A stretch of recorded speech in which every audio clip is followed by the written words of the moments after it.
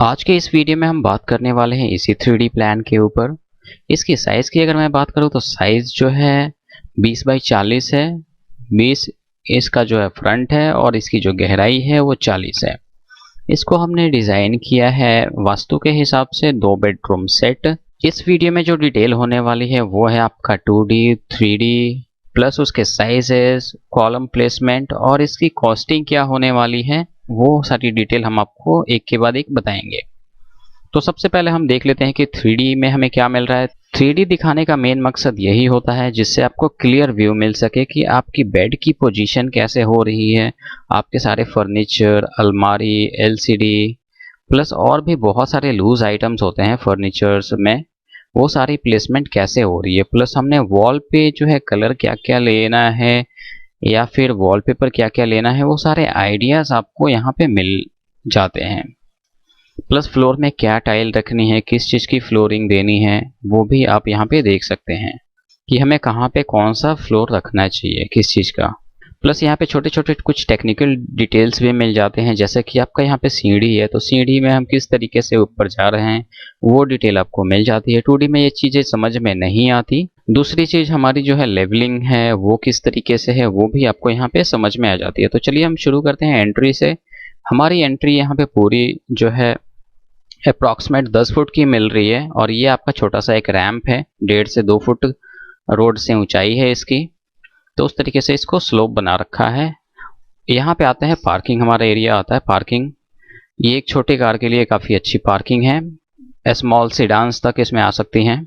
उसके बाद जो है हमारा यहाँ पे सेपरेट सीढ़ी है जो पर फ्लोर को कनेक्ट कर रहा है ईजिली बिना किसी को डिस्टर्ब किए। तो इसका मतलब यही होता है कि आप इसको रेंट पर्पस के हिसाब से भी दे सकते हैं। सीढ़ी की डिटेल आप एक बार देख लीजिए किस तरीके से हमने इसको चढ़ाई है। इसमें जो है यहाँ पे हमने वाइंडर डाले हुए हैं 2 स्टेप पे, यहाँ पे और एक यहाँ पे। तो इस तरीके से आप बना सकते हैं।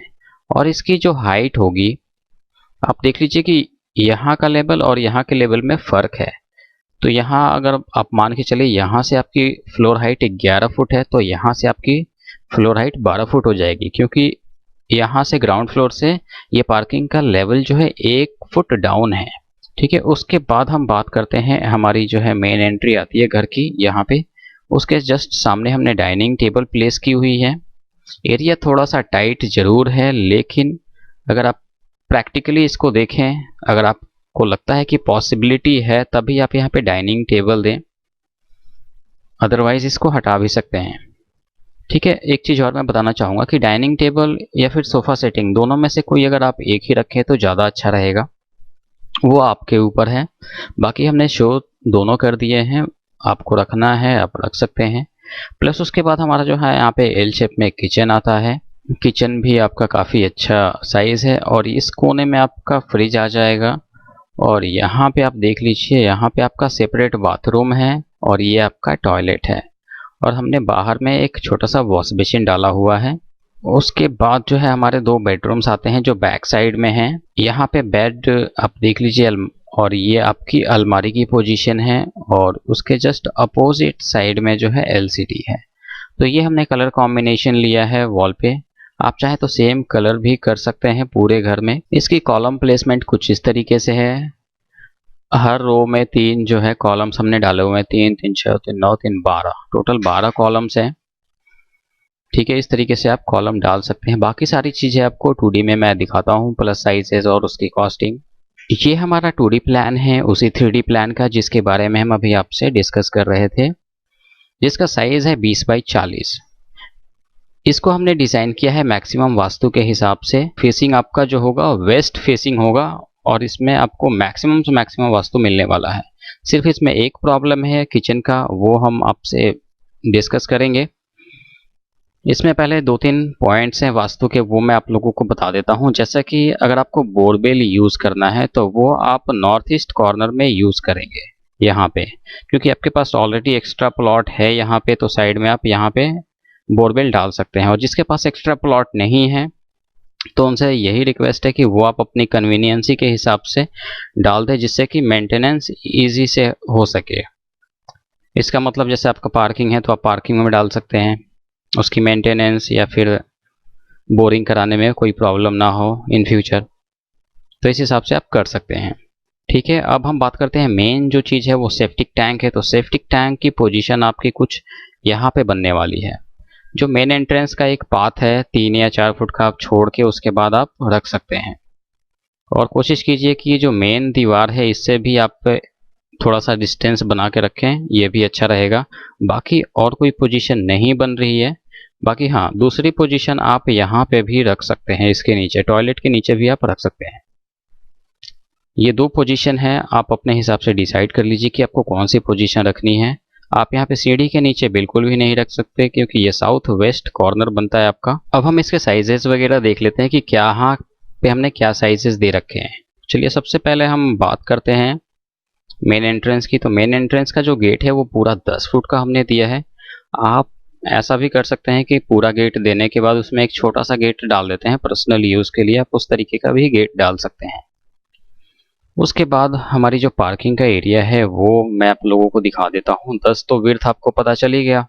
अब इसकी जो पूरी जो लेंथ है वो मैं आपको बता देता हूँ कि इसकी जो लेंथ होगी वो कितनी आएगी। लेंथ यहाँ पे 14 फुट 9 इंच, यानी कि 14 फुट की कोई भी गाड़ी आप यहाँ पे रख सकते हैं। प्लस यहाँ पे सीढ़ी के नीचे आपकी एक अच्छी सी बाइक पार्किंग बन रही है, वहाँ पे आप एक बाइक भी लगा सकते हैं। प्लस अब हम यहाँ पे ये देखते हैं कि सीढ़ी हमारी कैसे जा रही है। यहाँ से ये जो एरो है ये अप है, हम यहाँ से स्टेप अप कर रहे हैं और यहाँ पे हम फर्स्ट फ्लोर पे जा रहे हैं। ये हमारा पूरा एरिया जो है फर्स्ट फ्लोर में कवर होगा। ठीक है, आप एज ए बैल्कनी भी इसको यूज़ कर सकते हैं फर्स्ट फ्लोर पे।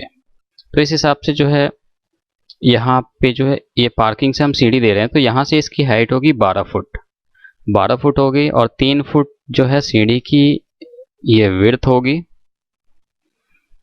और जो है 19 स्टेप में हम फर्स्ट फ्लोर पे चढ़ रहे हैं और इसका जो एक स्टेप है उसका साइज है 10 इंच। और इसकी जो राइजर होगी, एक स्टेप की हाइट जो होती है वो आपका 7.5 इंच होगा। तो उस हिसाब से आप यहाँ पे रख सकते हैं। ये सारी डिटेल है सीढ़ी की। उसके बाद हम बात करते हैं, ये हमारी जो है मेन एंट्रेंस है घर की। इसका साइज आप देख लीजिए, आपका ये बन रहा है 3 फुट 9 इंच का। आप इसको 4 फुट भी कर सकते हैं, इस साइड स्पेस है और इस साइड तो रहेगा ही रहेगा, इस साइड का आप कवर कर सकते हैं। उसके बाद हम बात करते हैं यहाँ पे हमारा जो किचन आता है उसका स्पेस कितना है। हमने 5 फुट चौड़ा किचन है और इसकी जो किचन की लंबाई है वो है आपकी 10 फुट। और जो वास्तु का जो पॉइंट था मेन यही था कि किचन इसमें एक वास्तु दोष किचन का लगेगा, बाकी सारी चीज़ें वास्तु के हिसाब से हैं।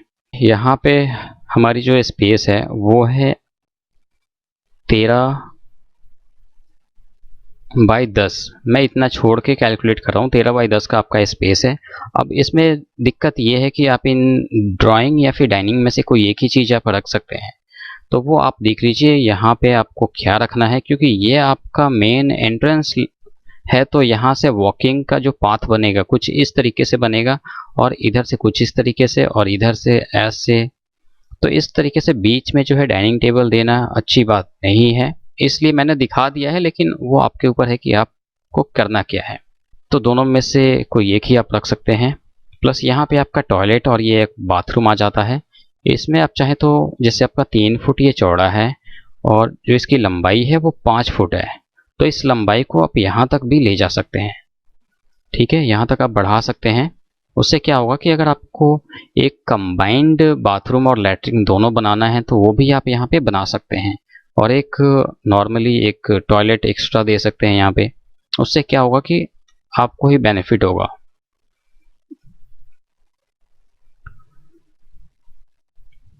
उसके बाद हम बात करते हैं यहाँ पे बेडरूम की। तो बेडरूम का जो साइज़ है नॉर्मली हमने इक्वल डिवाइड कर दिया है, तो थोड़ा सा 1-1.5 इंच का फ़र्क आएगा किसी रूम में। इसमें आ रहा है बेडरूम 1 में 9 फुट 1.5 इंच की इसकी चौड़ाई है, 9 फुट इसकी चौड़ाई है। वो भी प्लास्टर होने के बाद जो है आपका 9 फुट ही बचेगा। देखिए एक चीज़ और मैं बताना चाहता हूँ कि ये जैसे 20 फुट है, अगर ये चौड़ाई 22 फुट होती तो इसमें आपका परफेक्टली आपको 10-10 फुट मिल जाता। तो 22/40 में आप इस डिज़ाइन को परफेक्टली डिज़ाइन कर सकते हैं।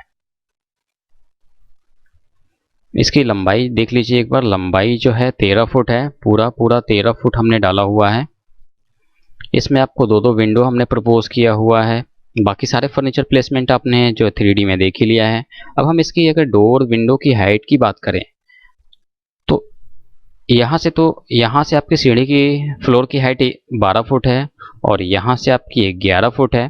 तो 11 फुट के हिसाब से हमें डोर की हाइट जो रखनी होगी वो आप 8 फुट रख सकते हैं डोर हाइट। इसका जो होगा वो 9 फुट होगा और इसका होगा वो 8 फुट होगा। ठीक है, उसी हिसाब से 8 फुट के हिसाब से ही सारे विंडो की टॉप हाइट होगी। यानी सेल आपका 3 फुट से स्टार्ट होगा और लेंटल आपका 8 फुट तक जाएगा। कहने का मतलब ये है कि डोर हाइट के लेवल में ही आपकी विंडो ख़त्म होनी चाहिए, वो देखने में ज़्यादा अच्छा लगता है। तो ये है इसकी पूरी साइजेस और डिटेल। अगर मैं इसकी कॉस्टिंग की बात करूं तो इसकी जो कॉस्टिंग आने वाली है, एक फ्लोर अगर आप बनवाते हैं तो उसकी कॉस्ट होगी 10 लाख। अगर आपके पास इतना बजट है तो आप ये डिज़ाइन को बनवा सकते हैं, कंस्ट्रक्ट करवा सकते हैं। उसी हिसाब से आपका फर्स्ट फ्लोर का भी कॉस्ट लगेगा। बस आपका जो भी फाउंडेशन में कॉस्टिंग आई है वो कॉस्टिंग आप छोड़ के आप लगा लीजिए कि उसमें उतना कॉस्ट आने वाला है। तो इस वीडियो में बस इतना ही। उम्मीद करता हूँ ये वीडियो काफ़ी लोगों के लिए हेल्पफुल होगी। इस वीडियो को ज़्यादा से ज़्यादा शेयर कीजिए जिससे दूसरों की हेल्प हो सके। वीडियो देखने के लिए धन्यवाद।